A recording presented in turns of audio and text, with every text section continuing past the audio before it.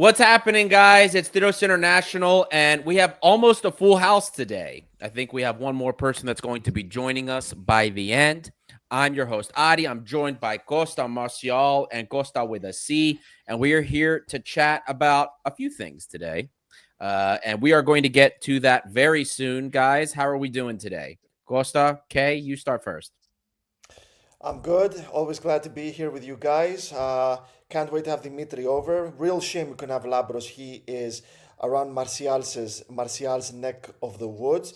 If you want to stir some drama, please, guys, on the comment section, let us know why Martial is on the show and not with Labros right now. Always good to be here. I would like to give a huge shout out to Lydia Konstantinidi, a friend of the podcast of 307 International. She sent us some amazing content tonight from Sef, a huge night for Olympiacos. Some amazing videos, some amazing photos. Lydia, thank you so much for all your help. Guys, follow her at Lolo Lidio on Instagram. Let's show her some love. Costa C. There's nothing better on a Sunday night going into Monday, beating your rivals, your arch rivals, Panathinaikos, at home, the first derby of the season. Something I can't say for the football team, something I maybe wasn't expecting tonight from the basketball team, to be totally honest with you, given the problems we had going into the game, but very proud of the boys. I watched it with my 5-year-old. It's the first time he sat through a game from beginning to the end, and we celebrated like crazy at the end. Some nice bonding, and I'm pretty sure the Olympiacos germ or the sickness has transferred to the 5-year-old. So yeah, proud dad moment for me today.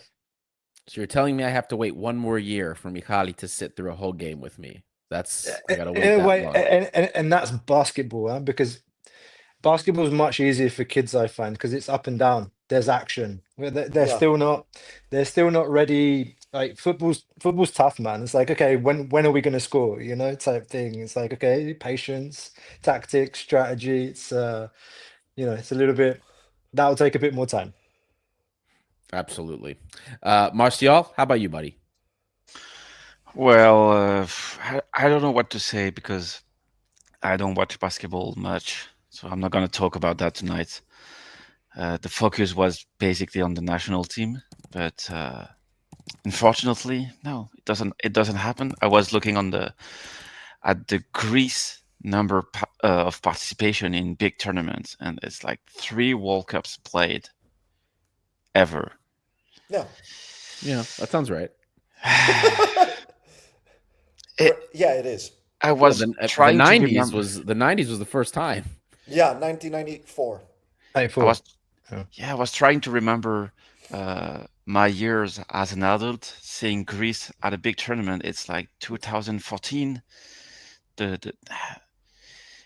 Maybe we're gonna touch on that later. But the question I have to start that podcast would be: is Scotland away the biggest failure of Greek football as a national team? We're going to get into that for We sure. will get into it. I'm not going to answer now because if I do answer, it's going to... Okay, we'll get to it. We're going to get into that for sure. And we have one other late entry here. Dimitri, how you feeling today, buddy? I'm good. Hello. my voice is cracked. Sorry, my voice fully cracked. Got a little stage fright. We surprised him there. It's also the cold. No, I'm good. Thanks, guys. I'm more upbeat than I thought I would have been, which is why I'm here tonight. Because I'm just, the basketball just put me in a good mood, man. The football. I was so disappointed with the Greek national team on Thursday that today was nothing. Like, I wasn't expecting anything today. Denmark are so much better than Greece, quality-wise, system-wise, performance-wise, everything-wise. Like, the way they're just a professional team, and we're not at that level yet. And the big game for me was the Thursday game. That's the one we should have won. That's the one we were better at. And I was always thinking second place is what's realistic for us, and now it's gone. So that's what I was disappointed with. So I've had 3 days to process that. So today I wasn't as disappointed. Basketball, on the other hand, I was really pleasantly surprised with. So that's put me in a better mood. Yeah, don't worry. We're gonna get into it. We're going to compare and contrast between the losers and the legends today. We're going to get into all of that. But before we do, guys, now that we've gotten the greetings out of the way, don't forget, for those of you that are tuning in, a couple of dozen of you have already joined us coming out of the show. Don't forget to like and subscribe. Every engagement helps us with the algorithm, and it helps us find more red and white fans. The community is growing daily. We're less than 300 followers away from 23,000 on Instagram. Instagram has just absolutely been taking off like a rocket ship. And Facebook as well is on its way to 18,000. And you might see on YouTube, we're approaching 8,000 subscribers. So help us get to that 8,000 mark. We are nearly there. And if you like what you hear, if you like what you see from us, you can support us on Patreon. Thank you to our patrons who do support us already. You guys are wonderful. You can join the WhatsApp chat for $1 a month. We get into it literally 24 hours a day. And we have extra content that we offer as well. So if you want to support us, everything we get, we put right back into the show. And we do the best to offer you guys the best content that we can, the latest, the exclusives, whatever we can do for you. And while we are on that subject, boys and girls, don't forget, we've got about 4 hours left, less than that, 3 hours left, 2 hours left before the voting closes for the Football Content Awards. The link is in the description. Click on the link, scroll down to the best podcast category, and then in the international section, you will see us at the bottom of the list once you click it and vote for us. This is the second year in a row we're finalists. We're hoping that we can come away with something. I for sure will be in Leeds, so we're really excited for that, and we are thankful to all of you for the support that you've given us so far and the extra support that you're giving for the voting now. So let's get started, boys and girls. We had a big win for the B team. The B team won 3-2 away at Athens Galithea, and the win actually came off of Valbuena brace. He scored a penalty and then had another lovely, stunning free kick goal that he scored to win us the game. It's a second free kick goal in a row. And I just have one question when we talk about this game. Is there a universe, or is there a situation that any of you have in mind where you would bring Valbuena to the first team, given the struggles we've had with certain occasions? It can be a show of hands, or we can go one by one. Kostas Lianos, you start. Would you have Valbuena the first team? I think I think that might actually happen, but the most realistic scenario would have been, if Olympiacos win the league this season and they just play him in the last playoff game, especially if it's at Karaiskaki, they just bring him in as an honorable substitute or something for the last 10 to 15 minutes. But then again, you never know. There's so much depth, there's so much talent at Olympiacos.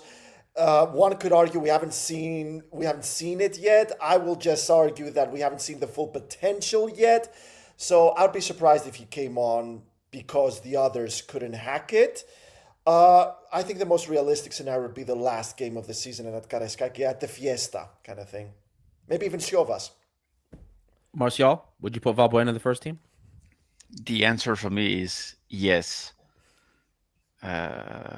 because I don't know, the fact that it can be a question for me. I'm not gonna say it's a problem, but the answer is quite simple. I know there is quality in the team. You have depth in the squad, but it takes free kick. It can pass. It can cross. It doesn't matter if he's 41. I think the issue is that the club is probably not comfortable with playing a 41 years old player in Greece, maybe. But a part of that, it doesn't seem to be lacking any rhythm. Like it was never fast. It was never the guy that was outpacing players, defenders. It did not need it to do that for like 20 years. So for 20 minutes, even in games, we need to win. I mean, it's not going to happen because it would be symbolically negative, in my opinion, to use Valbuena in the team. But a part of that, it deserves to. I think he's better than some players we have in the squad. I'm not gonna give names because it's too early yet, but he has more to offers than some players we have in the squad, in my opinion. Costa, see? In a team where players like Remy Cabella and Yusuf Yazigi don't get 5 minutes against Pauk in Tuba or other examples, I don't see how Mathieu Valbuena fits into the system. Martial's going to hate me for saying that because he knows it's true.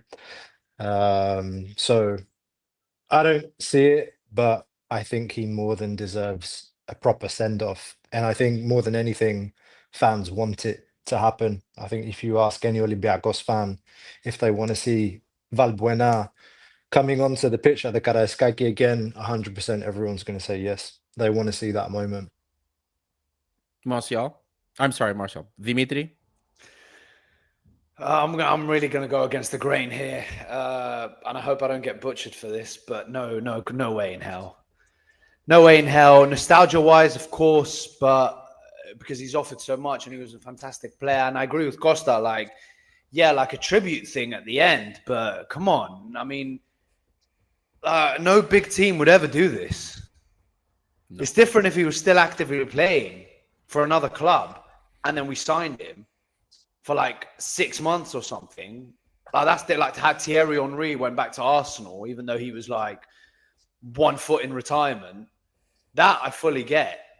But he's been playing for our B team. Like he's clearly making the transition to like coaching or whatever the future holds for him. He's no longer a fully professional football player. And that's okay with him. It's his decision. He could have got another contract somewhere else. He's come back to play for the B team. That's not, at the age of 41, you're not, I don't know. I think it sets Olympiacos 1,000 years in the past doing something like that. I think we're far too big and modern now. We're trying to make the right moves. We're trying not to make silly signings like the big names that we used to sign that then would flop. We're trying not to get rid of our managers every 2 weeks like we used to. We're trying to show that we're a big European club, and I think that would be a mistake. That would just sort of make us a laughingstock, in my opinion. No disrespect to Valbuena, no matter who it was, I would say the exact same thing if the circumstances were the same. Now, if he had just come, if this was at the start of the season and he just finished his season in Cyprus, was he playing for... He was in Calithea. He played in Cyprus and then he went to Calithea. He was in Cyprus. Yeah, he was in Cyprus last season. Now, if this was at the end of last season and he finished his contract and they were like, yeah, come for one last dance, you probably won't get a lot of minutes, but you might get 10 minutes here and there. Different story. That I say yes to.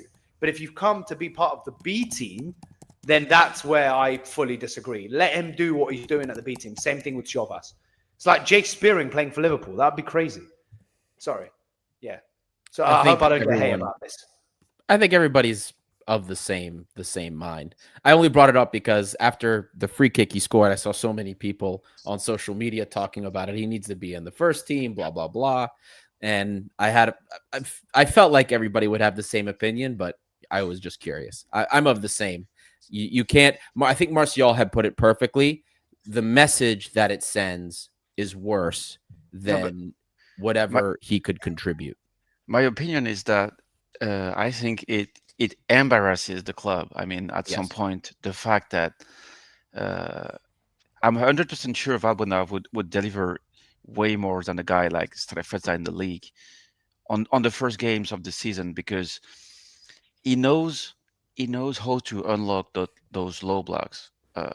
I don't remember any players on the last years that knows how to pass into low blocks, to cross, to have those small shots at the entrance of the area.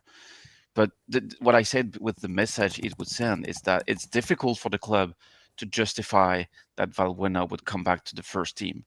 Right. To me, it's the only issue that blocks it. Otherwise, on missions, if some players are injured, I'm not gonna say it would be more logical to see Valbuena than Pneummonidis.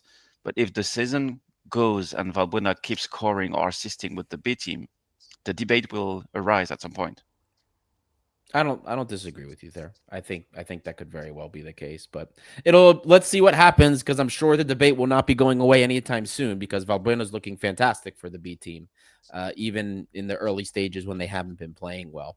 But we're going to move on from the B team and go to the next subject, which is our women's team. Made history today. They played their first ever game, get their first ever win for the club in a ridiculous fashion. They won 10-0 today. They beat Ethnikos Kalamatas, and there were a couple of the ladies were ridiculous. I'm already forgetting the forward's name. This is extremely embarrassing. Oh my god, I need to look it up now. Benjamin is her name? Yeah, Benjamin. Yeah. That's it. She had 4 goals today to start her campaign, and then Sign her up for the men's team. Say again. Sign her up for the for men's team. And then Fedra Logu had 4 assists, a goal and 4 assists. Those 2 in particular were ridiculous. I mean, between the 2 of them, you have 9 goal contributions between the 2 of them. Absurd. Absolutely absurd. And it's a great start. You know, we believed that the team that was being put together would be elite and should make it through the season. And this debut shows us that they've got the quality to do it, at least to get through and get promoted through Gama Ethniki, absolutely destroying their opposition. So congratulations to the women. We wish the best for all of them, and we hope this is the start of a very memorable campaign, and maybe, you know, Benjamin gets 30 goals this season. If she keeps the pace up like that, I don't think it would be too difficult. But incredible for Olympiacos women today. They got a lot to live up to. Obviously, they got a lot to live up to, because Olympiacos are arguably the best and biggest multi-sport club in the world. A lot of success across the board: football, volleyball, basketball, water polo. Absolutely incredible success. Track and field. Oh my God, the triumphs we've experienced there, and the women's football team are now making a huge splash. They are letting the world know that they are here as well, and they are looking to carve out their own history. And we at 307 International will be right here following their incredible potential and their incredible journey, and we will be giving you all the latest. Good luck to them. Amazing. And hopefully they put the games on YouTube. That would be nice, so we could actually watch them play. If they're anything like the women's basketball team, then they're going to be dominating in a couple of years' time. Oh, yeah. Like our women's basketball team was set up, like I'd say 5 years ago, maybe a tiny bit more, a tiny bit less, around that, and they're dominating. That new? Yeah. Our women's team is quite new. Costa with a C, back me up here. They're not that old. I think you're right. Yes, relatively new. So and they're dominating already. So if it's like Costa with a K said, they've got a lot to live up to. And if today's anything to go by, they're gonna do it. There's a lot of pressure playing for Olympiacos, man. It's never easy, no matter what level. So of course, good luck to them. Well, we'll be supporting them the whole way. So happy for it. And we're hoping this is the start of what's going to be a very memorable first season for them. Now, one of the bigger points today, Olympiacos basketball crush the Rabbits. They beat them today. First derby of the season. A lot of people loved the image earlier. I don't know about crushing them, but yeah. Okay. I'll take it. Anytime we win, that's it. But we beat the Rabbits today. Very nice win. It was in the Greek League, not a Euro League thing. It was a Greek League win. But anytime you play your rivals and beat them, it's great. I'll let you guys take it. You're the basketball guys. How do you feel about it? Costa with a C. You get started. Yeah, before we get into basketball, since we talked about the women's team and Olympiacos being the greatest multi-club in the world, no exaggeration there. The titles prove that. I mentioned it on the Greek show on Wednesday. I'll mention it here as well. If you haven't bought your fan card yet, go and do that. If you have bought your fan card and paid 15 euros, do consider upgrading to the 20 euro fan card. That extra 5 euros, if everybody was to upgrade to the 20 euro subscription, that would help support, for example, the women's polo team, the expenses of the women's polo team. So that's just something to consider. And again, if you haven't bought your fan card already, obviously all of us, we live outside of Greece. We go to as many games as we can during the year. We don't have the possibility to go and watch all the games. I can tell you for my part, if I did live in Greece, I'd probably be pissing off my wife all the time, going to basketball, going to football, and spending my weekends out the house. She'd be happy I take the kids with me though. But again, my point is, guys, if you haven't bought your fan cards, buy your fan cards. Consider buying the €20 fan card. It really helps support all of these teams, including the women's team. So I just wanted to pass that message. Basketball. There's a reason I'm here today, really. Nothing to be happy about when it comes to football. I won't talk about that anymore, but it's the first derby of the season. Last season, we lost to Panathinaikos twice during the regular season. So getting a win was, it felt really, as we got into the third quarter and we cut that 12-point deficit, it just felt like this win was so important today for the psychology and the team's confidence. Getting, it's a time where we've played three EuroLeague games, played against Marousi in the league. It's still very, very early. Neither team's ready. Both teams had problems going into the game. More so on our side, of course, playing without Evan Fournier, playing without Thomas Walkup, our floor general. We had only Frank Ntilikina as our only pure playmaker going into the game, a guy that's been in Greece for about a week. He's played one game against Marousi and played in the EuroLeague in the last game. I thought defensively we were actually quite shocking in the first half. We're leaving much too much space for players to shoot. I think our players just, there was no intensity defensively, and getting scored on 48 points in the first half at home by Panathinaikos, albeit very, very talented offensive team, was just far too much for a game at home. Much improved in the second half defensively, especially dominant in the paint, where we did what we didn't do last season, which was to look to play Milutinov in the paint, where Panathinaikos doesn't have Lasort. And we did that. We did that particularly in the second half. We fed Milutinov. Milutinov took advantage there. What else? Shout out Tyler Dorsey, played 37 minutes today, had 16 points, 5 boards, 8 assists, 0 turnovers in 37 minutes. That's insane. Vezenkov with 22 in 33 minutes. And massive shout out to Tyson Ward, who for me was the X factor of the game. I don't know if you agree, Dimitri. I thought he was the X factor today, particularly in the third quarter. He has just like a string of hitting that three from deep, and then that layup where he drives through 3 Panathinaikos players, and then he runs to the other side of the court in front of gate 7 and starts going like this and tells them to get more into the game. Then he blocks a Slukas mid-range shot, and we go up the other end and we get the go-ahead bucket in transition. So I thought, for me, it's I didn't have the opportunity to say it in the summer, but I think it's for sure our best signing of the summer. I think that's easy to say, but I also think he's the most underrated EuroLeague signing of for the EuroLeague in general. So Tyson Ward, for me, new fan favorite in the making, and I'll stop there. I don't want to Dimitri, sorry, I think I've touched on almost everything, but yeah. No, it's cool.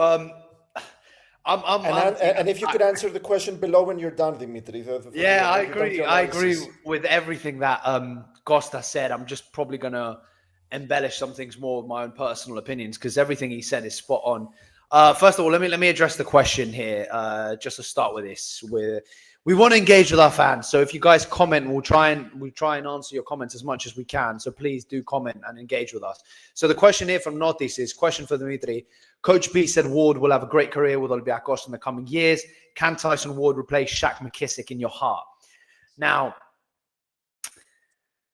what you're asking here is a weird one, because style of play and passion and stuff, yes, I do think he can replace what McKissick brings to the team. Can he replace what McKissick brings to my heart? What he has in my heart is a different story, because obviously that takes years. That takes There's a lot of other stuff surrounding it. McKissick came into an Olympiacos side that was piss poor in a very difficult transition period when Bartzokas had just started his second tenure with us right before COVID. He was sort of the best player on that team when he came. And he's always sort of given it his all. He's been the longest serving American we've ever had on the team. So there's a lot to it. So I can't directly say whether he'd ever replace him and the spot he has in my heart. But style of play wise, and especially because we all know McKissick is probably gone at the end of the year. He re-signed for 1 year. He's probably going to retire at the end of the year or go somewhere else to get more minutes. But personally, I think he's probably going to retire and find some sort of a post with Olympiacos. His family's in Athens. His life's in Athens. But anyways, so what he brings is separate to his style of play. So style of play, yes. And I think he'll replace him this year as well. We're going to see that X factor, just like Costa said, what McKissick brought last year to the team, X factor wise. Sorry, the comment got me laughing. He'll bring that to the team this year, I think. So, and I agree. Tyson Ward, by far the best signing we had this summer. Not really hard, considering the summer we had signing wise. It wasn't exactly last year's summer where some of the huge names came. It was definitely a more chilled summer, but Tyson Ward, I think, is going to be an excellent signing. And I completely agree with you. He was clinical. He was very important in that second half. We were excellent in that second half. It was a very enjoyable game. So anyone who isn't necessarily a basketball fan, I hope they got to watch today's game, because usually Olympiacos Panathinaikos, unfortunately, just like with the football, tends to be really low quality on like a low quality spectacle, unfortunately. Despite how good the two teams are, it's usually very defensive, very aggressive, very nervous, low scoring games, just like with the football that you get like 0-0 or 1-1, like boring shit. That's what you tend to get with the basketball. But today you had a really free flowing, open, offensive game. And that's because both teams couldn't defend to save their lives. Defense was shocking. I would rather win like we did today than win a game 61-60, because I really enjoyed some of the basketball we played offensively. And there were moments where I was just watching it going, yes, like we can actually play offense, especially when Fournier is injured, who is arguably our first or second best player offensively. You decide, him or Vezenkov. And our floor general Walkup is injured. Our two offensive geniuses are not playing. Yes, Panathinaikos was missing Kendrick Nunn, but that gave TJ Shorts the opportunity to step up and lead the team offensively, and he was excellent. I would have loved Shorts. He's a great player. Both him and Nunn, man, they've got some excellent guards over there. Bloody hell, they really do. So yeah, it was just a very good game. It was great basketball to watch. We just ended up being better than them offensively. It's as simple as that. It was an offense one game.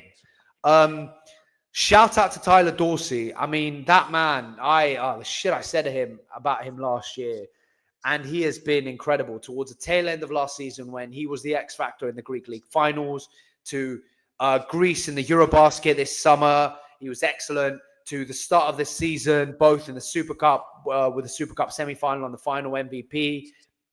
Last few games, he's been averaging, like 15 points in the EuroLeague, 14 points, something like that. Today, again, he was excellent. The ball goes through his hands. He is right now the most important part of our offense when it comes to everything working, right? Vezenkov is still our biggest threat, but Dorsey's like, he's a playmaker. 8 assists and 5 rebounds today. Like, the ball goes through his hands and he creates really well this season so far. There was one play that I'm thinking off the top of my head. I think halfway through the third quarter, they double team him on the pick and roll. Like the big man, he hedges really out towards him, and he dishes it to Donta Hall for the dunk. But the way he just saw him, and that same Dorsey last year, a couple of years ago, would have turned that ball over. Yeah. 0 turnovers for Tyler Dorsey. Shout out. On the PIR, he had 21. He only finished 1 PIR behind Vezenkov, so he would have been MVP. In my opinion, like before I looked at the stats, I went, it might actually be Dorsey. And this is how close it was. So yeah, very, very pleased. Very, very pleased with today's performance. I really disagree with this comment that's just coming from Lackey here. How can you stand Barzokas basketball? Overly fussy, unable to play inside out or take advantage of centers. I think he took advantage of Milutinov excellently today. I thought Milutinov absolutely dominated in the paint. There was one offense I remember we didn't feed the big guy, and that was Vezenkov with shorts. Inside out basketball is literally the type of basketball that we've been seeing for play. so many years. We play inside out. But is it like the style's a bit different maybe this season because you don't have foul and Milutinov doesn't excel at playing the inside out? But yeah, I don't agree with that comment either. The most important thing we haven't talked about. Did you see the Frank Ntilikina stare down after that bucket at the end, where he turned around to the Panathinaikos bench and stared them down after Who said he bought his jersey? Someone bought his jersey. Yeah, great comment from Ben DeRosier. Yeah, here. Earlier I saw that. Yeah. Excuse me, the cold's kicking down my throat. Yeah, like Ntilikina was excellent. He got in foul trouble quite early on, but in the minutes that he played, I thought he was decent. Didn't think Saban Lee was as bad as people were saying either. Like, I wasn't that pissed off with him. So, mate,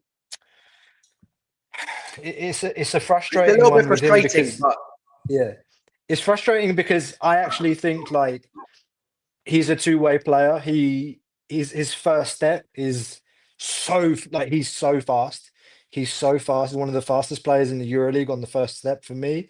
Defensively, he contributes.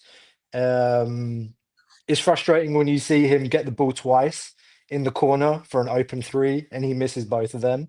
Like things like that, you get frustrated. But you know, sometimes he can read the play well. He's good driving to the basket. Yes, Nikola Milutinov is an absolute beast. There's an interview that he gave to Sport 24 that I watched today, actually, and they were asking him about his conditioning going into the season because he's a player. Every season he gets injured. He gets into injury problems every season. Knock on wood, this season can be different, but he looks in better shape. Obviously, playing with the Serbian national team during the summer as well, he's been forced into a different kind of routine. He said he also put in extra work by himself. Can't afford to lose that guy. No, I thought Donta Hall was at. Yeah. sorry. Carry on. I thought you were finished. No, Sorry. I was going to say Donta Hall was pretty good today. He brought contribution. He won some fouls. He scored some second chance buckets off offensive rebounds. But the level between Milutinov and our other centers is It's huge. gaping. Yeah. I completely agree. I thought Donta Hall was much better towards the end of the game. There was 5 he had on the floor at some point that were really that basically turned the game around and sort of held it. Lee, Dorsey, Ward, Vezenkov, Hall was the 5 that he played for about 7 minutes of the fourth quarter without any subs. And he was impressive then. My only issue is that if he runs Milutinov into the ground, there's a problem. And he needs to trust Antetokounmpo more because we all know Milutinov's going to get injured at some point during the season. He just does. And Milutinov played 23 minutes. In general, he's been getting I think max 25. Yeah, but every game. Yeah. You need to trust Antetokounmpo more. You can't give him 0 minutes. He has to have a little bit of minutes so that when the time comes and he needs to play 10 minutes, he has the rhythm for it. It's the same with Peters. I would have liked a few more minutes for him today, but this is just me being picky. We won. He's got 10 minutes today. Basketball. Yeah, he got 9 minutes. I would have given him a bit more time because we all know what Peters could do, but it is what it is. Papanikolaou 5 minutes today. Which I'm happy with. I don't mind. Papanikolaou's moving to a different part of his career now. This is probably his last season. He's the captain. He's there for leadership. He just had a full summer with Greece. Let the man breathe. I don't want him to die on the court. I'm okay with that. What do you think of Ntilikina? How do you like him so far? I mean, he's barely known the team. We need to give him time. He's been good for the minutes that he's played and for the fact that he only joined, When was the Super Cup final? A 2 week weeks ago, man. It's like a week ago. So I'm pleased with him. Pleased with him so far. I hope for big things because we just don't have the space for him not to deliver. We can't afford for him not to deliver. So that's where I'm at with that, if that makes sense. He has to play well. I like him so far. But he has to deliver. So fingers crossed that he does. Excuse me. Questions from the co-hosts that look seriously bored and want to move to football. No. Actually, I love your analysis right here, and I feel like it's very, very rare. I mean, it's obviously going to be a very long season. It's gonna go down to the bone as it does every season between Olympiacos and Panathinaikos in the playoffs. So I mean, it's probably very early into the season, but how do we like Olympiacos' title chances so far? The thing is, Costa, we say it's early on in the season, but because it's a two-person league, home court advantage is decided in these 2 or 3 games, right? So this was a big step in us getting home court advantage, which we haven't had the last 2 seasons. It didn't matter last season. It didn't matter last season, but that's because we had the fucking cojones to go and win it in there. And it didn't matter the season before last because we bottled it after going 2-0 up. Yeah, I know, but I don't have faith in us always going in there and winning, especially with the clownery that is Greek basketball and Dimitris Giannakopoulos. So I have no faith that if we go in there, we're going to win, or we're even going to leave alive sometimes. So I'd rather have home court advantage without that meaning that the team is complacent. I think there are going to be some surprises. I think there are going to be some surprises from now until the end of the season. I mean, obviously, yes, it's basketball. There's always. I mean, look, last season, like I said, we lost both games to Panathinaikos. They had the home court. I think there are so many, mate.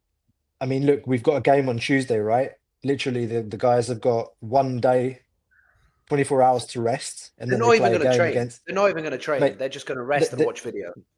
They're going to rest and watch tape tomorrow, and then on Tuesday they're playing a super demanding game against a very, very extremely talented FS team at home again, and then we play again. So there's a lot more. There's more double weeks. There's more games. They're going to be playing. We're playing on Thursday, 80 to 90, mate, 80 to 90 games this season. What I'm trying to say out of is control. It's getting out of control. Yeah. They're turning it into the NBA, and you can't sustain that in Europe. The type of basketball that we play in Europe, you cannot sustain. I don't want to see that as a fan. It's the same with football. I think there's too many games, both for football teams and basketball teams, and somewhere needs to draw the line. But they're making more money, so that's all they care about. Like, you're seeing it. I don't know if we have any Chelsea fans in the comments, but I mean, I don't think you can have a defender left. Like, sign me up. I'll do it. I'll do it for $1,000 a week.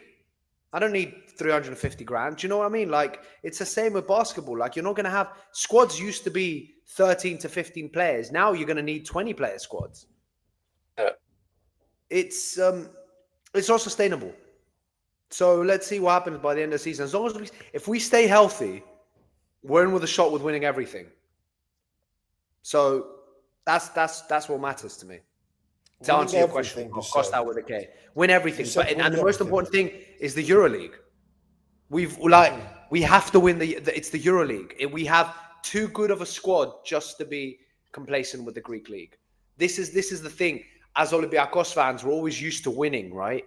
Like, no matter what sport we play in.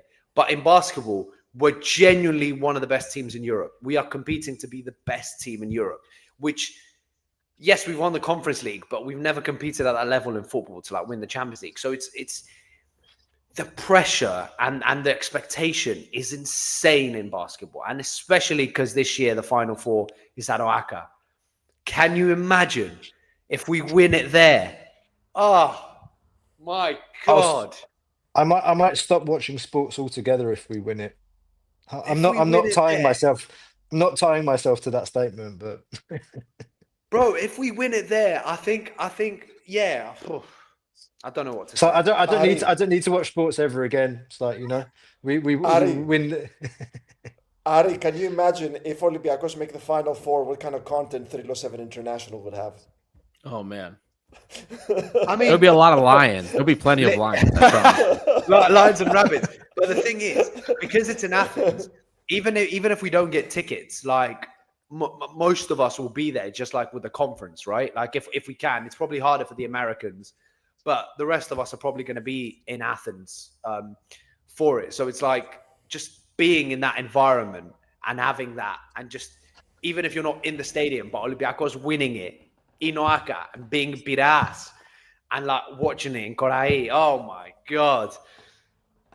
Oh, calm me down. I'm getting all hot now. Long way to go. Yeah, long way to go. Long way to go. A step at a time. I try not to get carried away with things. This is Costa's fault. You asked about us chance of winning the league, and I went fully in the EuroLeague and winning it all, and then playing in the NBA next year and beating LeBron James and Steph Curry's dream team from the Olympics.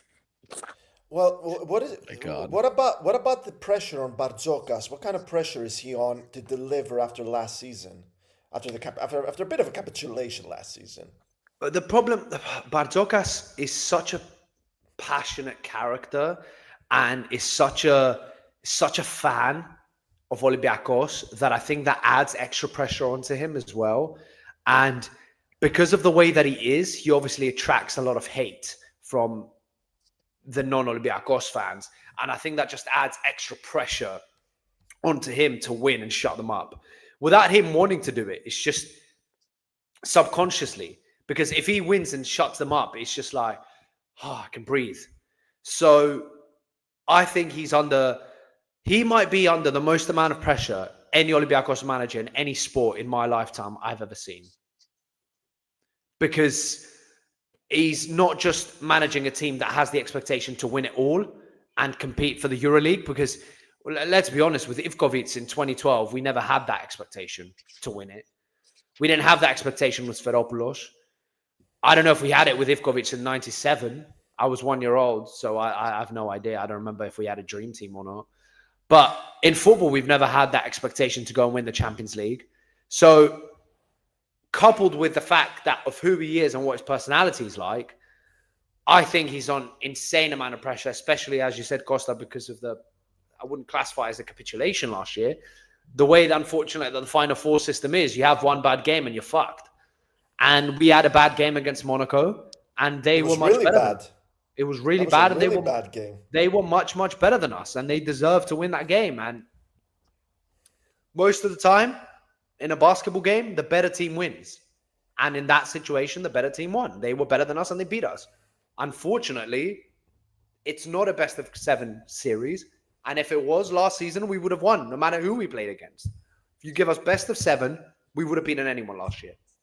And that's the pressure Barzokas under this year, to correct what happened last year. I think there was an expectation with Sferopoulos, because didn't Sferopoulos take over after Barzokas won? Oh no, that was Barzokas. Barzokas was the one at the helm for the three-peat, right? Barzokas was the one for the helm at the repeat after Ivkovic. And then Sferopoulos took over after him. And we got to the final of the EuroLeague twice with Sferopoulos. But both times we were the underdog. Both times we were the underdog, and both times we were playing in the arena of the other team. In 2015, we played against Real Madrid in Madrid. And in 2017, we played against Fenerbahce in Fenerbahce. So both times we were like, no one actually expects us to win this. Whereas now, everyone has us as the number 1 or the number 2 seed. Us and Fenerbahce are the favourites again. So there's a lot. Yeah. I don't think I think we're in exactly the position we want to be in a sense that if you compare to last season, there was all this media frenzy around Olympiacos that I just found way too extreme. Specifically, the narrative last year was Olympiacos has to win the EuroLeague, otherwise this is a complete and utter failure. And I never liked that. This was being put out there from September, the beginning of the season, all the way through to the Final Four. Just you have to win this, otherwise you're a failure. That's an insane amount of pressure, like to carry on your shoulders. Whatever you want to say, like about, okay, Vezenkov makes 3.8 million or 4 million a season, bringing in Fournier. It comes down to one game. Like Dimitri said, you have one bad game and you're out of the final. Yeah, that's the format. That's the way it is. This season, I don't think Olympiacos is the favorite. I think Panathinaikos is the favorite. They have all the pressure going into the final. It's on their home court. They're the ones now that have to deliver. They're the ones that have to win it. So, interesting to see how they're going to deal with that. I think that the level in the EuroLeague has increased again, season on season. The level improves, and I think we're right where we want to be. We're a bit more under the radar. We didn't make the big marquee signings. We were relatively quiet on the market.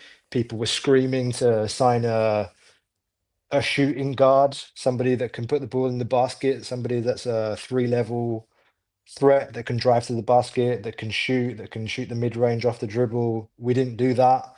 And I'll say one thing and I'll shut up. Monaco out-hustled us last year. They were faster, they were stronger, they were more athletic. And what did Olympiacos do during the summer? They signed fast, athletic players to basically fill that gap, because we had offensive talent, but we didn't have the athleticism. And that's what you get with players like Tyson Ward, Dante Hall, even Frank Ntilikina, man. I think Frank Ntilikina, yeah, he's not the guy that's going to knock down the open three every time. But he'll do what he did today. Like, he's solid defensively. He can guard the one position, guard the two. He's long. He can guard the three even as well. He's physical, and that's what we were missing last season. So I'm relatively optimistic, as long as we can stay healthy. I think that's the key. That's the key. The only problem is the optimism that kills you. It's the hope that kills you, and I think that's the great way to transition into the shit show that is Ethniki football. Yes. Because that's the hope that killed me. Let me just kind of compliment that before we transition. Yeah, but in one sport and with one club, you actually have a track record and a history of winning things, whereas in the other, let's talk about it. True. No, true, Yes. true. We've won the EuroLeague 3 times in our history. We have the pedigree. But Greece, as a national team, has won the Euros 2004. I mean, I don't think. 20 years ago, 22 years ago. I'm not going to lie. lie. There's no pedigree now. Now I don't it's a think team any of of us losers. can believe that it happened. I Some of the viewers weren't even born. Many of the viewers weren't even born. I was a teenager, but okay. I was a teenager as well. I was 14. I remember everything. I was in 8. Gallimno.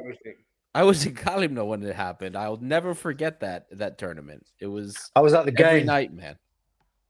Okay, fuck you, Costa. I was at the game. My God. No, don't hate. Don't hate. But yeah, listen, it's in a way, very different nowadays. It's very different. Even though I can't comment because I don't know much about basketball, it was like cathartic to listen to the positivity, knowing that the negativity was coming. So it was nice to listen to something that was positive, because now we get to touch on the absolute collapse of what has been the Jovanovic era of the Greek national team, because it was hopeful. We did have hope, in the Nations League campaign. We all knew Jovanovic was a pragmatic guy. So during the course of the Nations League, up until the the first 3-0 loss against Denmark, you saw, okay, he's bringing in some of the kids. We're playing some decent football. The offense is moving in a way it hasn't for so long or ever in terms of the Greek national team. And then he takes one big gamble against Denmark in the last international break. We cop 3 goals. And then I don't know what happened at that point, but he seemed to double down on some of his lunacy. And then we eat it to Scotland. Had chances, couldn't finish them. And then now with Denmark, which I never expected we were going to win today, the 3-1. And I put a poll out to see what the audience thinks. I asked if it's time for a reset, and there's different options for what the reset should look like. But at this point, for me, and this is something that we've talked about for years, for almost half a decade since we started this channel, that there are some individuals that are on this national team that are just losers. And I don't mean this in disrespect to what they've done for the national team. I will always respect and support the effort of players while they're playing for the national team. But now we have to say there are some players that have achieved nothing and they don't have the mentality to take this team forward. It just is what it is. It's have the country, young. man. It is the country. It's 100%. But at this point, like, all right, just do a hard reset. If we're going to struggle, I'd rather struggle with the next group of guys, because the previous group of guys, they haven't done it for 10 years. They're not going to do it for you now. Let's build from the ground up with the new guys that are there, because we haven't qualified for shit. So, and nothing's gone right anyway. I would rather at this point, personally, build from the new stock and get rid of everybody else. But weren't we saying that, isn't this the build new stock, Adi? Because we were saying this, or at least we were hearing this 10 years ago after the Faroe Islands, when Sokratis Papastathopoulos and Kostas Manolas were getting exiled, and you were bringing in the fresh players, and that was the hard reset, and you were like, fuck it, we'll be shit for a few years, but these players are going to be, this is the future, we're rebuilding, and then so that now we should be seeing the fruits of our labor, right? That was Or different. am I wrong Manolas in and thinking that was the Papastathopoulos. rebuild? Manolas and Papastathopoulos was different because it was attitude problems. Yeah, they didn't get it was exiled for discipline JVS. issues, because they were successful. They were hugely successful. Papastathopoulos, especially 2 World Cups, 1 Euro campaign. Manolas, a stunning World Cup campaign that led to a big move to Roma, one of the most expensive moves for a Greek player. And they were exiled because they fell out with Angelos Anastasiadis. And I personally don't agree with everything that they did in terms of Anastasiadis. JVS, John Van Schip, decided to go without them. But right now, I mean, we're talking about players that have gotten chance after chance after chance after chance to get us to the finals of a major competition. And it's just, I mean, I totally agree with Aris, and personally I just voted, and I think it's only the players. I'll get to Jovanovic No, I voted later. the same. I agree. Yeah. I'm going to get to Jovanovic later, but contrary to Manolas and Papastathopoulos, who were kicked out like yesterday's garbage with almost zero reason, this time we're talking about players who were given the tools and the belief and the confidence and the patience and the hyperbole of hearing things like Tassos Bakasetas is better than Kostas Fortounis, right? I've said it before in this show, and I'm going to say it again. Tassos Bakasetas is by far the most overrated Greek player to ever play for the Greek national team. My opinion, certainly the most overrated Greek captain of all time. It's time for a reset in terms of the players. You can't reset something that doesn't work, man. You don't reset a TV that is broken, man. The Greece has 3 World Cup participation. What do you want to reset exactly? Which player are going to play? I mean, I agree with Ari about the fact that you need to reset something. But if something that to be reset was working before, Greece wasn't working before. Like even 2014, it's more a failure than something else. Because if you do remember that game against Costa Rica, the team on paper that time was, from me, the best Greek team on paper. You have like solid players on every position, and even Santos fumbled the opportunity to play like a quarterfinal of the World Cup, if not more. And the thing is, we've been calling for resets, purge, stuff like that for almost a decade, if not more. And the thing is, do you truly want to see I don't know, the purge for the right back, for example? Who do you start? You start Saliakas? Probably. But Yes. then That would be what we never got a purge, Martial. When did the purge That's come? what I was about to say. We never had When a did the purge or purge? a reset. Here's when the purge came, right? We never To who? ever in the history of the Greek national team, we never purge. We always get one or two new faces and everybody's happy, but then we continue with the nonsense. Technically, the only purge we got was JVS. JVS was the only one that purged more than 5-6 players. He was the only one that did that. But since then, it's been the same faces. Jovanovic has brought in a few of the younger guys, more than JVS, more than Poyet, more than my goodness, who am I forgetting?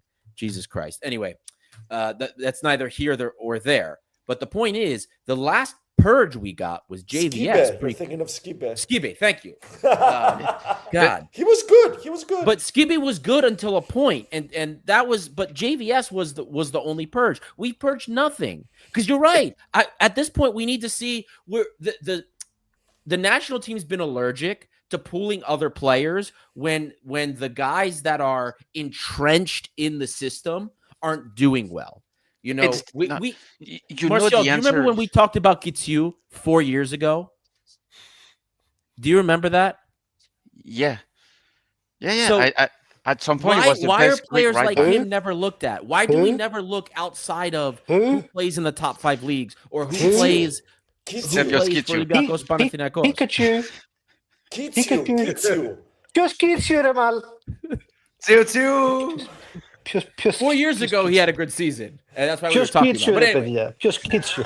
the point is, I have zero memory of Kitsu's good season. I have zero memory of that. In Turkey, man. In Turkey, he was playing in Turkey. For He which was team? playing in Turkey. He was having Of course, Martial knows this. Martial has the best knowledge when it comes down to this. And he ended up in Charleroi. He probably flew to Turkey to watch him play live. City in Belgium. Martial told his wife, he was like, do you want to come on holiday to Turkey? She thought he was going to the beaches, but no, they went to some mountain in the middle he of nowhere. took her to the pitch. That poor woman, man. My God. No, I think we all want to see a purge, but the thing is, Can we do an exercise? Can we do an exercise together? Because, like, I think we all want to. I think we're all probably driving in the same direction, or maybe I'm wrong. But okay, if we can all brainstorm together, who and what is the future national team? Yeah, we're talking about a purge. We're pissed off with certain players. I'm fed up of seeing Courbelis as our starting CDM, for example. I've really, I do appreciate Bakasetas, but I think in this day and age, for Bakasetas to be one of the first names on the team sheet, for me, like, that's an issue. But I kind of where I agree with Marshall is that I think that the problem is deeper. Like, if we purge for what? no, And who's going to I can name a replace? starting 11 right now. I can give Let's you go. a Let's starting go. 11. Let's go. So, no, like, but Costa, I just want to jump on what you said, because when I mean it's deeper, it's to me it's the country in general. Yeah. People in charge that needs to be Of course. dismissed. 100%. Yes. Better facilities, better use of Greek player in clubs, but it's Yes. also political. It's also the country itself. I'm not going to go deeper, but probably everyone understands what I want to I say. totally agree with that aspect. I totally agree with that aspect of the purge. Totally 100% with you. I think the only positive is that Greece was able to poach the diaspora talents earlier. Yeah. So And I would argue that's what has improved with the current EPO administration than the past. The current administration understood that. We now have a training ground. It's not going to be ready yet, but we now have the training ground near Piania. I know exactly where that is because I have an agent that works out there. And it's a beautiful training ground. So these are things that are 2025. 2025. 2025, It will be ready. and we didn't have I thought it was no. later than that. I'm saying it is exactly to Marshall's point about infrastructure. 2025, and the national team, the Greek national team, team that's won a European Cup, like, didn't have its own training facilities. It's just But case in point. here's the things so that part's improving. It's 40 years too late, but it's happening.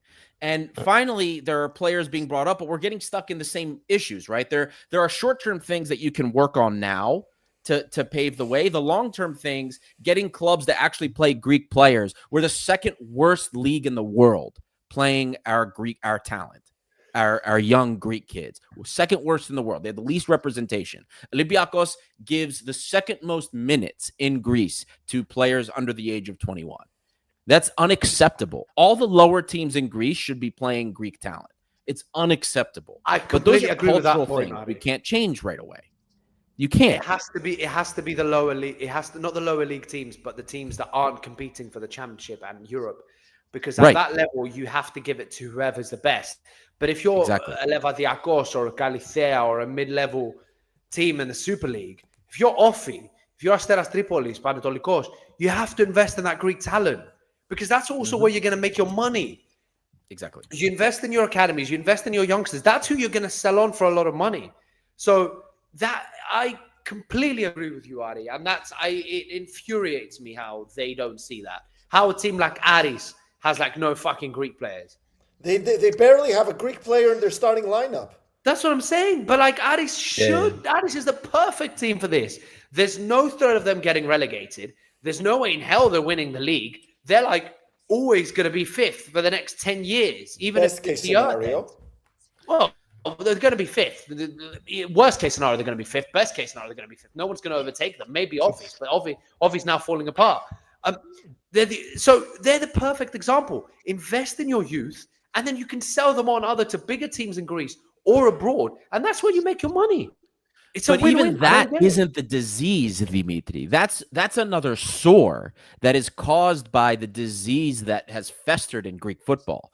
Because this issue with the youth, right? It's caused because what coach is going to take a chance on Greek youth when their job isn't secure from day to day? How many coaches have been fired already in the Greek league? Even those who are safe.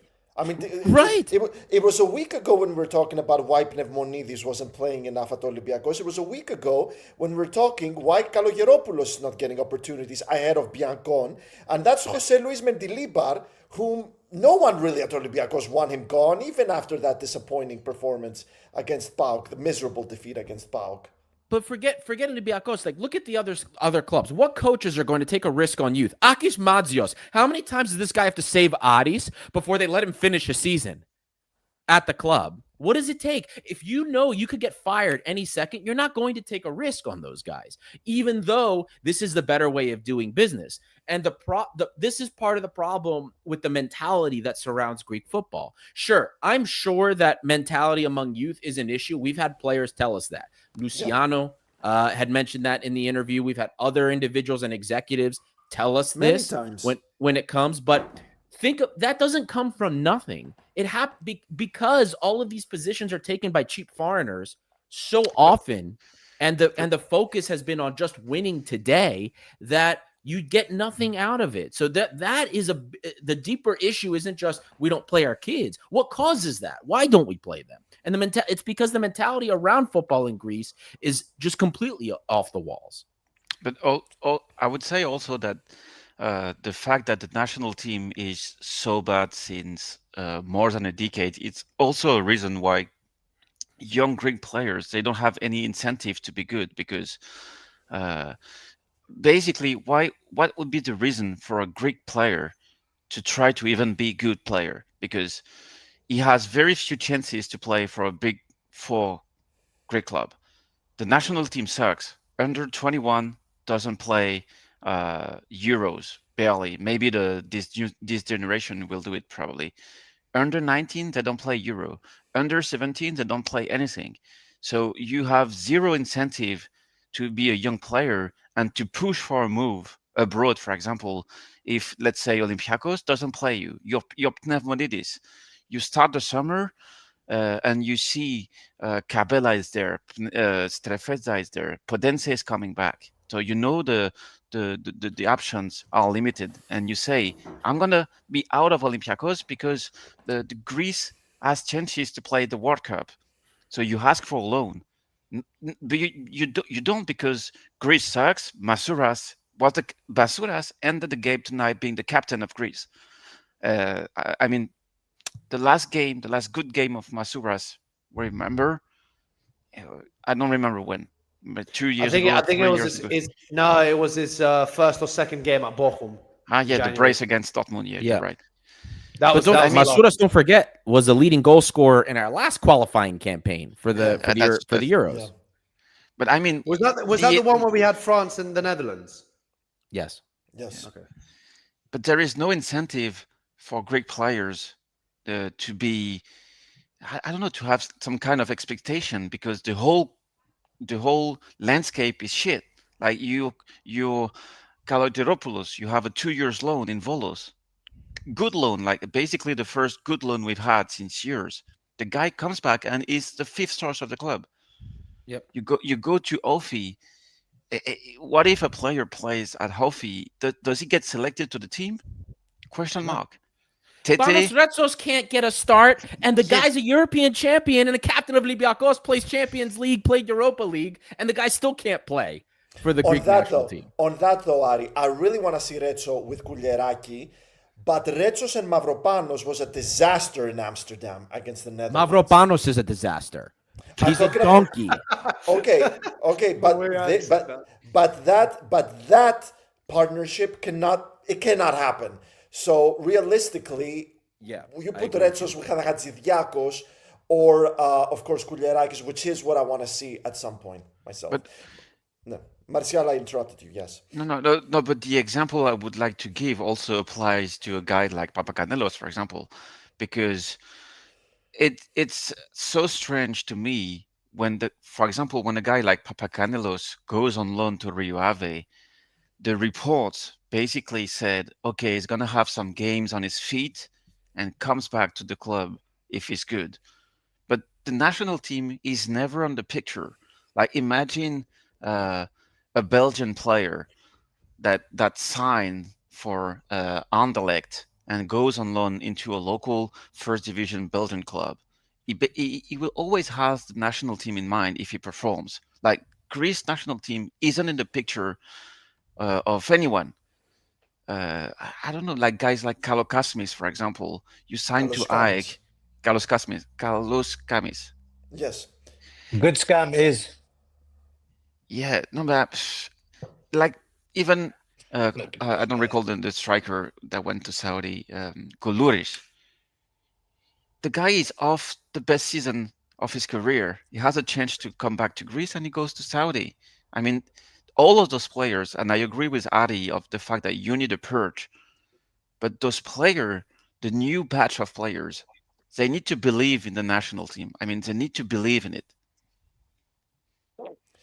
There's also another thing that's really wrong with Greek football, and that is that a young Greek player who wants to step forward and become the guy of the club that he represents, especially if it's a top 4 Greek club, that is a poison chalice. Remember Kostas Fortounis at Olympiacos after every bad Olympiacos performance, how bad he got it, even if he wasn't even close to being the worst player on the pitch. Because he was Greek, because he was young, because he was a wonder kid, because he was the captain, he was always expected to be the best and somehow find a way to pull one out of his rear end and lead a horrible Olympiacos side to victory. Petros Mandalos, a lot of arguments about Mandalos. He's not my favorite Greek player personally, but he gets it worse out of anyone at AEK. Even Yannis Kostadelias is starting to get stick at PAOK when PAOK underachieved, even if Kostadelias was in no way among the worst. So there is something really off about the mentality in Greek football. Everybody wants to see young Greek players get their opportunity and shine. Like, it goes like this, like it's automatic. Like all a manager has to do is pick 3 players from the academy, put them in the starting lineup, and suddenly it's going to be Man United under Sir Alex Ferguson or Sir Matt Busby's Babes all of a sudden, just like that. It's going to take a couple of years till they become what they have to be, but there's zero patience. And we've had Kostas Vernikos here for an interview, and he told us that. Why are we not seeing young Greek players getting more opportunities? Zero patience in Greece. But they don't want to, and those players they don't want to play. Also, I'm sorry. At some point, we need to assess the fact that those players What do you mean they don't want to play though? I'm interested. What do you mean they don't wake want up. They don't wake up daily. For most of them, for example, they don't wake up wanting to be an absolute starter at some point, because otherwise you're leaving the country, you're leaving the club, you're leaving the country. You know, I mean, I don't know how I can say that, but if you study medicine and you want to be a doctor, if you're stuck in a country in which it's difficult to be a doctor, most of them move abroad. And I've seen a comment about Konstantelias that he's not a starting player in the national team, but the guy decided to stay at PAOK, and he had the chance to go to Germany and to become an absolute starter for the national team. And no one would have debated the fact that Konstantelias is better than Bakasetas, but he needs to prove it. If Pneumonides spend the whole season in the B team, I hope he will push to leave, because at some point you need to want to play for a first team. It's true. You're absolutely right saying that there is zero patience with youngsters. But what if, I don't know, what if Liatsikouras agrees to renew like for 5 years to remain in the B team? At some point, who's to blame at the end of it? So Both sides. That touches on like what Luciano told us. I think it's a similar mentality thing, right? Luciano had mentioned that a lot of the Greek youth, when a foreigner comes and takes their place, they give up. Oh, he takes my place. I'm not going to get that spot. And they don't fight for that spot. And if you're not willing to fight for it, but then you're also not willing to leave to go to another country, to a team that you'll play for, you just want to be home, basically. You want to be home, and then you get comfortable, and that's it. And then you deal with it. There's no ambition. If you have ambition, then you are going to want to take your skills somewhere else if you're not going to fight on the training ground every day for that starting spot. And I think that's one of the problems. And it's a subset of things that have happened over the course of the last 2 decades when it comes to Greek football. Let's not forget the bureaucracy of the national team that we just left. So, unfortunately, those entrenched structural issues within the culture of Greek football, within Greece itself, we can say, the politics of it, all of it, that's going to take time to go away. The thing that has to be focused on is what can the individuals that are involved in the national team now do to make best use of what's available to us now. Because Martial, the problems that you talked about, these are things that take years, decades to fix, and it needs to be fixed. And the groundwork, I think, is beginning to be laid, hopefully, to fix that. But for me, there are things that can be done now to put us in a step in the right direction with the resources that are available. And those are the things that I am looking at. And the only case in which I would retain Jovanovic as a coach is if he were to go to Eppo and say, listen, I fucked this up. I fucked up this campaign. But you know what? I tried to do it and keep the leadership we had in transition.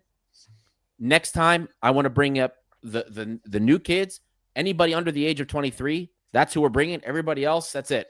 And the project begins. I think we can do this with what we have. That would be the only case that I think Jovanovic could keep his job. So there's been a statement from Makis Gagatsis already that Jovanovic isn't going anywhere, that he has the full trust and faith of the Greek Football Federation. So just to throw that in there, as that statement has been made in the last couple of hours. He's got a contract till 2028 as well. Yeah. Do you know what's crazy? Contracts can be ripped up any moment. We all know that. But of course. Next month we're going to play Scotland. I reckon we're going to beat them 3 or 4-0. Because the Greek national team plays like Barcelona when there's nothing to play for. It's not just that. We're also a much better team than they are.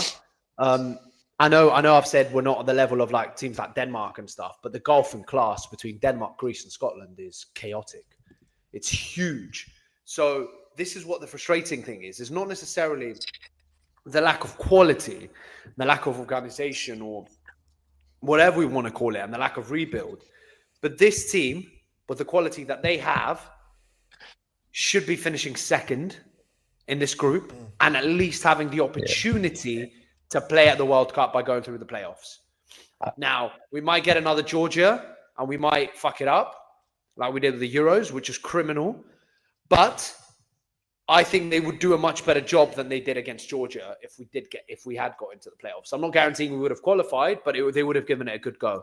That game against Scotland on Thursday, beyond shot ourselves in the foot.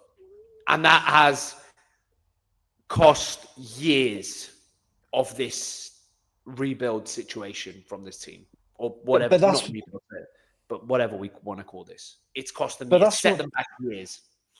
That's what happens when you create 3 big chances in the first 30 minutes and you can't score a bloody tap in. Yeah. But it's not even you can't score the tap in, is you don't even put your foot out to touch the ball. I do sincerely think that there is an element of overreaction from all of us here, because the frustration is, there's clearly a lot of frustration and there's clearly expectation that was built up on the back of our Nations League campaign and Caretas breaking into the team, the way that he entered the team, getting an assist or even a goal at Karaiskaki. I can't remember. I think he got an assist, got a goal against Scotland. Just the way that all happened at the tail end of the Nations League campaign. Almost an assist tonight after 1 minute to Tsimikas. Yeah, beating England in Wembley, all of that, like it set us up for this group stage to a point where we looked at it and we thought, we beat Scotland in the Nations League. Denmark's going to be tough, but we've got the second spot in the bag. And we set ourselves up for failure in that respect. And I don't know, I think these things, they do get to the players as well. They do kind of transfer. And I do agree with the sentiment and overall kind of conclusion that, Greek players mentally are weak. I do think as well that we've been unlucky that 2 of our best players, Zolis and Caretas, in the Belgian Jupiler League, they've not really been as prolific as they were at the end of last season. Or, Zolis's form has dipped after Bruges' playoff, Champions League qualification games. Caretas has had a rib injury that's kept him out of the Genk team. He's been coming on as a sub on and off. He hasn't really had consistent time. I feel like, I feel like there is a level of overreaction, and we talk about building and building and building. Yes, we do need to bring in some fresh blood, and I do think that the national team should start looking at who the informed players are and calling them up. That's something that we haven't done. So I don't think it's we need to absolutely tear the roots out of the tree and plant a new one. I think there's a good, I think we actually we have refreshed the team. We have brought in the new blood. There is a next generation there. I'm not, maybe this is contradicting myself from earlier on, but I do think that there is a level of foundation around the Greek team, but there are two, three pieces missing, and actually probably the most important piece that's missing is leadership, and that starts at the back. I think, okay, we can talk about the decision to play Vlachodimos today and take Jolakis off, because that changed a lot of things, as we saw. Didn't change anything. That's one thing. And then Mavropanos, Kouliarakis partnership. I've been patient with Mavropanos. I think the guy's got good physical traits. Obviously, the guy's an absolute beast, but you need leadership at the back. And as much as I will loathe Retsos becoming a starter in the national team, because it means is an injury-prone player that's the Olympiacos captain, and it will be to our detriment as a club. If Greece has, if there's any chance for Greece to go to a tournament, to have a leader in the team, you absolutely need a leader at the back. Retsos has to be a starter in the Greek national team. And then we bloody need to find a defensive anchor, a centre midfielder. Martial's favourite topic, Andreas Doi, playing as a defensive midfielder, is finally playing there at Rio Ave. Go and watch him. He has the traits. He has the physical traits to be able to play that position. He has the technical traits to be able to pass the ball forward and start offenses. He's a good player. It frustrated the hell out of me seeing him play centre back at Olympiacos. That's where he needs to play.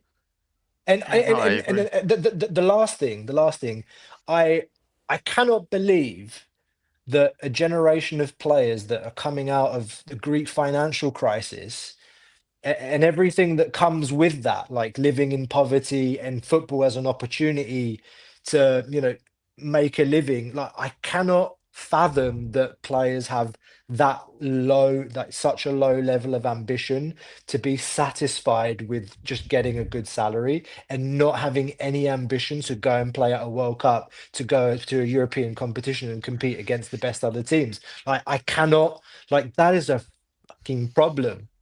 And maybe it's true, but if there are any Greek players watching, please, seriously, no, I that's an interesting point. Something to But think it about. comes in the reaction to it also, Costa. Like, what are Bakasetas' comments when we have a disappointing loss? Oh, we're a good group We're of a good guys. Yeah, it team. doesn't We matter. played Yeah, well. yeah, No, no, this no. is loser mentality. You lost. You guys screwed up. Own it. Again, You screwed up. You screwed up. You're the captain. Own it. You'll get I way agree with more that. respect if I you agree with own that. it. And that's the thing. That Own it. translates. But That no, we translates get to the everybody bullshit. else. Yeah. Exactly. We get the bullshit every time. Oh, we did so well. Oh, we were this close. We should. No, but you missed. You Yeah. screwed up. You're the captain. Own it. Your leadership. Under your leadership, we have qualified for nothing. I'm going to tell you, I respect Bakasetas. I give him a lot of shit. I respect him for what he's had to deal with because he's been with this national team so long and he has been a locker room and a leader presence. But at the same time, this mentality has to get washed away. It has to get washed away. And you have to bring in bring in players that are not yet tainted by it. And they can be molded into something else. That's how you break the cycle. And I'm not just referring, you don't just get rid of Bakasetas. All of them have to go. That includes Masouras. That includes Gorbelis. Tsimikas. Tangent, but if I have to watch Gorbelis start over Mouzakidis in the midfield one more goddamn time, I'm going to have a brain aneurysm. This is the type of shit that the Greek national team does that absolutely pisses me off. Because it's not enough just to call up the young kids. Use them. In no scenario is Gorbelis in his current form better than Mouzakidis. Gorbelis in Saudi Arabia he's a Vita Ethniki player. He's a second division player in his current state. He's not even the best Greek player in his own club. But bruh, I don't care where he's playing. He is a second division Greek player right now in his current state. And he starts for the Greek national team when you have young guys that have way more talent than he does. That's the fact. This is a fact. You will never convince me Gorbelis should be on the field over him. We need a number 6. I agree that, a position we've had stocked with 6s on the Greek national team is a lot less now. But now it's time, since we don't have the prospect of the World Cup, start calling these players. Call Doi. Call Kaloskamis. Call Triadis. Let Kostulas up. Let Zimas up. Give these kids a chance now, since it's rubber matches. Finally, let's actually do the restart instead of pussyfooting it and half doing it. But Ari, the conclusion of that is that Olympiacos needs a new coach. The only way of Ethniki progressing is removing Mendilibar from Olympiacos bench. Oh my God, I'm leaving now. Mate, no. I'm gonna listen. If we start going after Mendilibar, I need to go. Oh. I'm dying. I need to We get some haven't- sleep, guys. No, it's a discussion we need to have because I just try. No, let me finish. Oh. I think we have the best academy. We won the Youth League. We won the Conference League. We are on track to win the title every year. We as a club have every foundation of what could be a decent and good national team, the Greek national team. So if the focus is to have a decent and functioning Greek national team. You need to have a coach with Olympiacos that favors Greek players over everything. We're A coach already that's an hour and a half in. yeah. So We're I would, already, you know what, Martial, maybe this would be a great like Unf- segment for us to do. Unfortunately, I'm afraid the future will prove me right on that, but I hope I'm wrong. I truly hope I'm wrong. I hope he will change on that because everyone can change and it just needs some adjustments.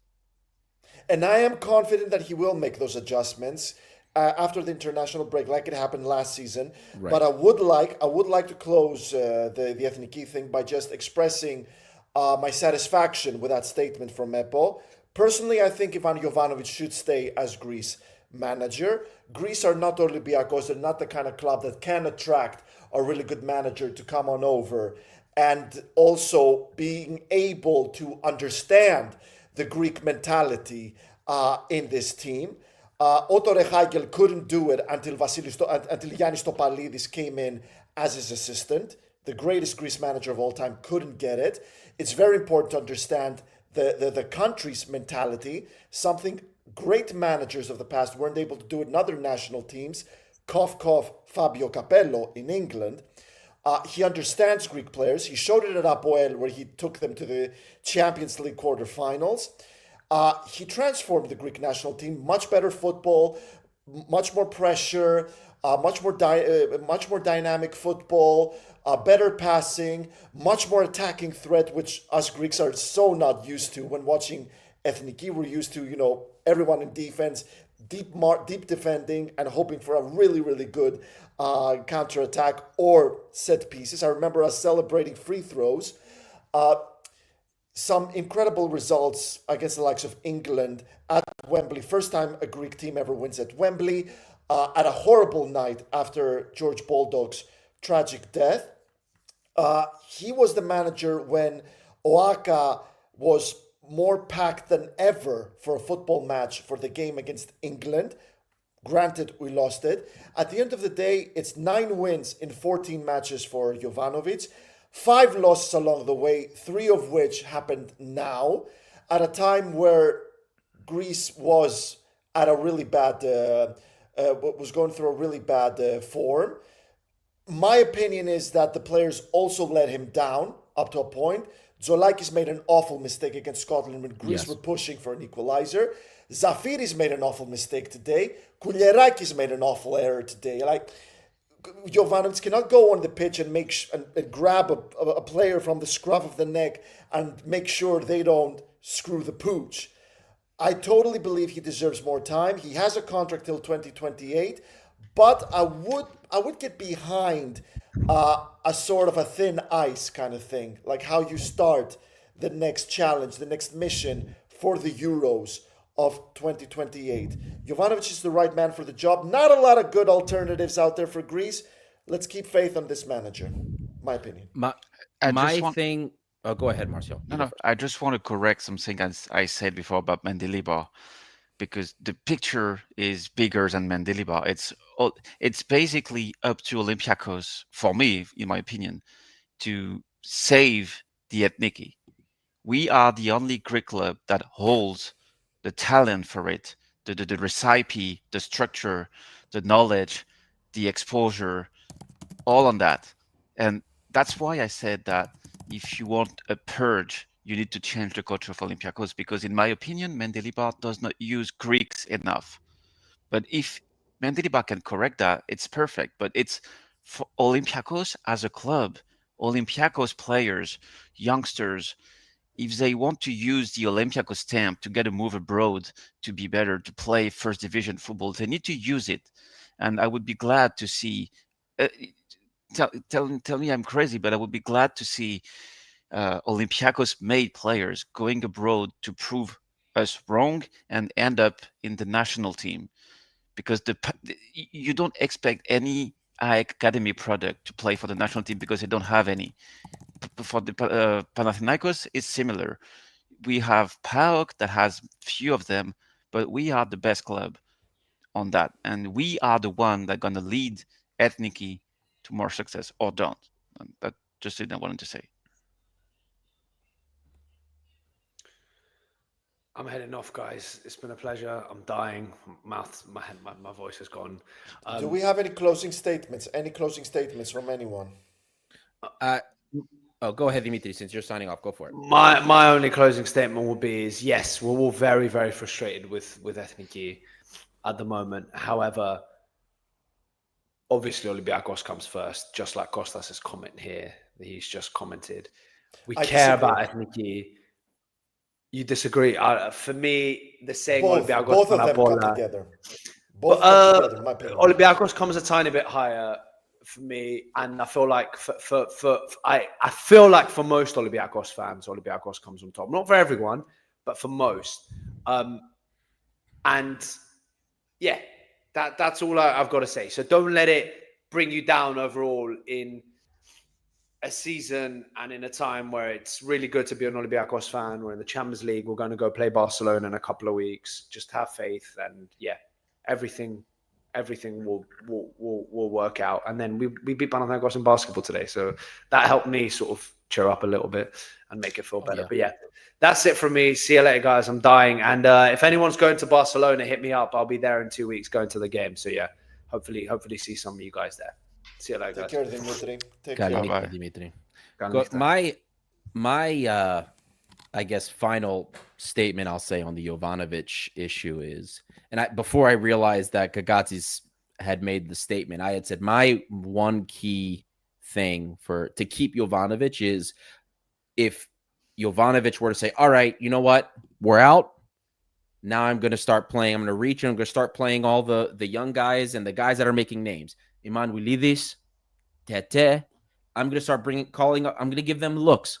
I'm going to start bringing all these guys up. Andreas Doi, he's been playing virtually every game for Rio Ave. I'm going to give him a shot. That's what I would accept. That's the only thing I accept. So I'm okay with Jovanovic staying on, but so help me God, if I see Jovanovic, now that it's done, we go to Scotland and I see the same Courbelis, Bakasetas, Zafiris, Ioannidis, if I see the same guys still playing, the same lineup, goodbye. You're out now. Now it's time to experiment. Time to get looks at everybody. But if we're going to waste that opportunity to just keep looking at the same exact people that have been part of this failure, Zafiris with the exception, then I don't want any part of that. If it failed, if he's going to start looking at other things now to rejuvenate it, I'm fine with him staying. I just don't want us to see what we've seen so many times, which is we say we're going to rejuvenate, but in reality, we're not. We're going to rejuvenate two people. No, time to give. It's over. Give everybody else the look that they deserve. Give the young kids the look they deserve. Mouzakitis especially, Tsimas, Kostulas. Bring in the guys that are doing super well in Greece, Emanuelidis, Tete. Show us some of these other players, Kaloskami, Triadis. Let's see these guys. Let's see them. Our U21 Greek team beat Germany. Let's see some of them. But I just wanted to say that basically what Greece needs now is the under 21 to make it at the Euro. Yes. Yep. The process is quite long because the qualifying phase ends in October 2026. Yep. But first of all, the core of that team is basically Olympiacos. And secondly, I think it has enough talent to qualify because it always starts from the foundation. And I agree on what he said earlier because what we also need, I hope it will happen, but to see players like, I don't know, like Masuras, Siopis, Montalos, like retire by themselves. I'm truly sure some of them will be able to retire at the end of November, for example, saying, okay, we need to let the young guys play because they missed every qualification until then, so they need to retire. And the example of Emanuelidis and Tete are very good because we need to see those not under 21 player because they need to qualify, but those players from the Greek league like Emanuelidis, Tete, Olympiacos players. I don't know. Panathinaikos if needed. Those guys. Those guys. Yep. That's how I would do it. And also, Tsolakis is the keeper for the Greek national team. That would be my next thing. Did he have a poor game? We talked about on socials kind of his more aggressive approach this season. But this kid is your starting keeper for the Greek national team. I'm sorry. He's the best that we have. He's Conference League winner. He was the keeper with the most clean sheets in the Europa League, most prevented goals in the Europa League last season. I'm sorry. Tsolakis is he had one bad game, and you brought in Vlachodimos just for us to see how nothing he is. Thank you. So Tsolakis is the starting keeper. Bring in other people. Tsimikas hasn't impressed me at the fullback position. You know what I mean? It's been a while now. I want to see what else we can bring. Let's look at some of the other players. Let's look at I know he's not playing, I guess, but Athanasiou. Let's look at let's on the right side as well. Let's look at Saliakas. Let's see some other names. Let's refresh it. Use this time to get these other players that never had a shot, and let's see what they have. Because it's not working so far. So you can't hurt anything by trying something different. But if you try the same thing over and over again, that's insanity. And it's not working. I totally agree that, and I totally believe that Olympiacos should be the core of the Greek national team. Main reason is that Olympiacos are the only Greek club to ever win a European title. And that happened a year ago, not 21 years ago, like Ethniki with the Euros. I truly believe that this sort of winner's mentality needs to come into Ethniki, this understanding of how you can make it far in Europe and how you can even win a trophy in Europe. I believe, you mentioned Emanuelidis and Tete. I disagree because I'm a bit of a traditionalist and a huge Otto Rehagel-ist. Rehagel only called up Greek players who played for either Olympiacos, AEK, and Panathinaikos. PAOK back then were not doing very well, so I will put PAOK in the whole thing, obviously. And also players who played in Europe at top level in Europe. Those were the players that got called up by Rehagel. I will insist on Jovanovic. He rejuvenated Apoel. He rejuvenated Panathinaikos. He rejuvenated Ethniki. He brought in a very attractive football. He brought results, not only on the scoreboard, but also on the table. We are in League A of the Nations League, guys. We are in the elite of the Nations League. There are really good players in this team. There's a lot of potential. Even that Denmark game today, guys, after we got the goal with Zolis, there were times where Ethniki made us believe that something could have happened. That missed chance from Kostadelias that forced the big save from Kasper Schmeichel, hitting the post as well. Ethniki were playing really good football. There is potential there, and I do believe in it. I am very disappointed. Greece should have made it to second place in a very, very lucky group to draw, a lucky qualifying group to draw. I am very disappointed. There's no other really glaring options to replace Jovanovic. To me, I would give Jovanovic another go. I'm afraid we miss one player in the midfield. The irreplaceable Zeka is missing. I never know where you're going with these when you start to bring this up. It could be somebody from like second division. I never know. Honestly, Zeka is 3 times the player Corbelis is, in my opinion. I wouldn't disagree. And on that note, guys, we are hour and 40 minutes in. A lot of the Greek national team and the disappointment gets everybody in their diatribes. But thank you, everybody, for joining with us so far. Costa, Martial, final thoughts, or is that it? We're ready to go? We're ready to go, man. I mean, it's time for you to go to bed. Absolutely. Well, thank you, guys. The final results of the poll, 40% of the voters said that they wanted a reset with just the players and to keep Jovanovic. 30% said they wanted a reset, Jovanovic gone, and only keeping players under the age of 23. So some different votes here. 20% said only Jovanovic has to go, and then 10% said they want everybody, players and coach, to be reset. So that was the result of the poll. Thank you all for joining and chatting with us. I just have a last ahead, Marcel. news, if possible. Massive news that comes from Portugal, because Ruben Semedo is about to return to Portuguese football. Oh my God. Is about to sign with Aves SAD, a shitty club from first division. Amazing. Guys, it was a failure that we didn't make it to the World Cup. It was a failure that we didn't make it to second place. It is a new. The Ethniki needs to start anew. I insist the manager shouldn't go.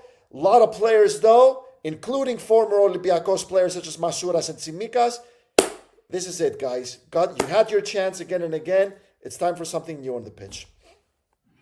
And that's it. This is Thrillos International, by the fans, for the fans. And we'll be back with you guys after, on Wednesday, I guess. Greek Wednesday coming up. So take care, everyone. Enjoy what's left of your weekend. And we'll see you next time.